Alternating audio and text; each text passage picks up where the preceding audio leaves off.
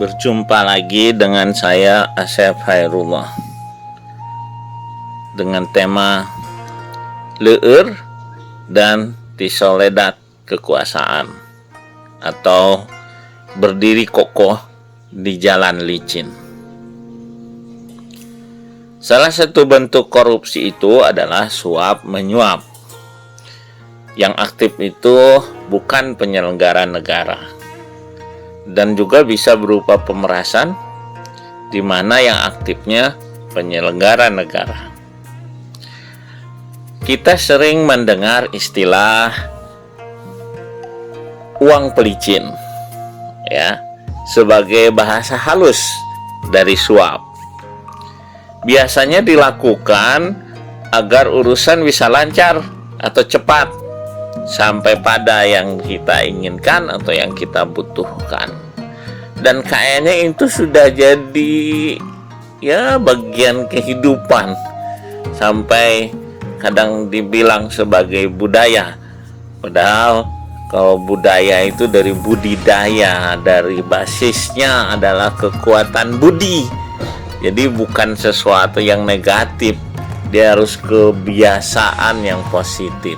Jadi dia bukan budaya, cuma baru sampai tataran kebiasaan, sesuatu yang sering dilakukan. Kita sering mendengar istilah banyak jalan menuju Roma.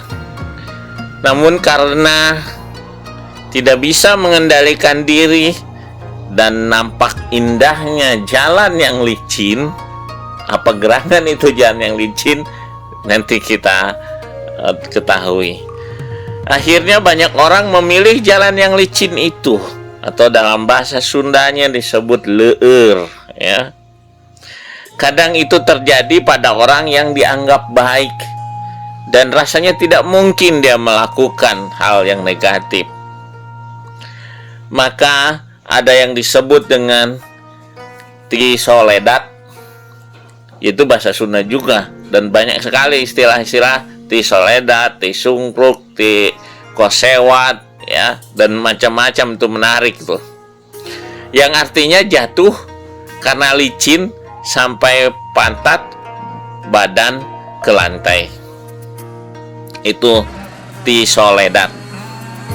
Mereka yang sudah biasa di jalan licin mungkin saja tidak Tisoledat, tidak terjatuh, seperti layaknya para crosser berpengalaman, di mana peluang jatuhnya itu sedikit.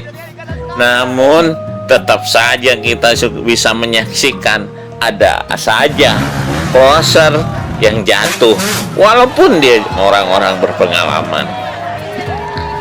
Ada peribahasa jatuh oleh kerikil kecil. Ya, kadang bukan selalu urusan besar yang buat jatuh. Urusan kecil juga bisa membuat jatuh. Jadi mau level kedudukan tinggi, mau rendah, kemungkinan Tisoledat atau jatuh itu ada. Kadang kebiasaan saat urusan kecil kita biasa menjalankan hal yang negatif, maka pada saat urusan besar pun dilakukan juga itu hal yang negatif karena sudah jadi kebiasaan. Saat terbiasa dengan urusan uang pelicin, maka saat diberi amanah besar pun akhirnya sering menggunakan praktek pelicin. Sehingga kita harus berusaha menjaga diri, ya, baik kerikil maupun batu besar. Jaga diri dari sejak niat, perencanaan, pelaksanaan, dan hasil serta dampaknya. Jaga diri dari sejak awal dari kemungkinan penyimpangan, dan jaga diri juga terhadap hasil atau prestasi dari kesombongan. Pelajaran yang penting dari terjeratnya OTT Bupati Nganjuk yang katanya dibilang sebelum kasusnya adalah pemimpin yang punya potensi, punya kekayaan yang ratusan miliar, dan menariknya itu gajinya dibagikan untuk rakyatnya, untuk masyarakatnya.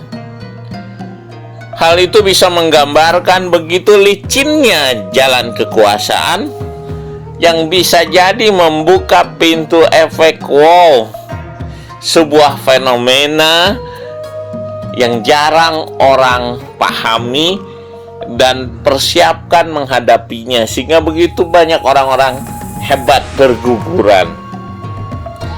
Sebuah fenomena yang bisa membuat siapapun, sekali lagi siapapun, mau profesi apapun, ya, yang mulia maupun yang terhina, dia akan mendadak lupa kalau terkena efek wow. Lupa ilmu, lupa gelar, lupa kedudukan, lupa yang benar dan yang salah. Itulah wow efek. Jadi ingatlah bahwa di jalan yang licin gak pernah ada kata cukup. Dan korupsi itu banyak juga didorong karena keserakahan. Gak pernah merasa cukup, padahal sudah memiliki semuanya. Banyak hal dimiliki. Dalam jalan yang licin kita gak bisa berdiri kokoh. Dekat sekali dengan keserakahan, seperti orang sempoyongan yang akan jatuh, tangan dan kakinya berusaha meraih apapun yang bisa diraih. Begitulah gambarannya. Berdiri kokoh di jalan yang licin membutuhkan kemampuan fokus dan kontrol diri yang baik. Membutuhkan penjagaan diri dan sistem. Dan tatkala sistem mandul karena ada kolusi, maka penjagaan diri semakin kuat dibutuhkan. Kuncinya ada pada kontrol diri dengan hati yang semakin dalam. Assalamualaikum warahmatullahi wabarakatuh. Saya Chef Khairullah, siap selalu membantu Anda untuk mendalami hati Anda.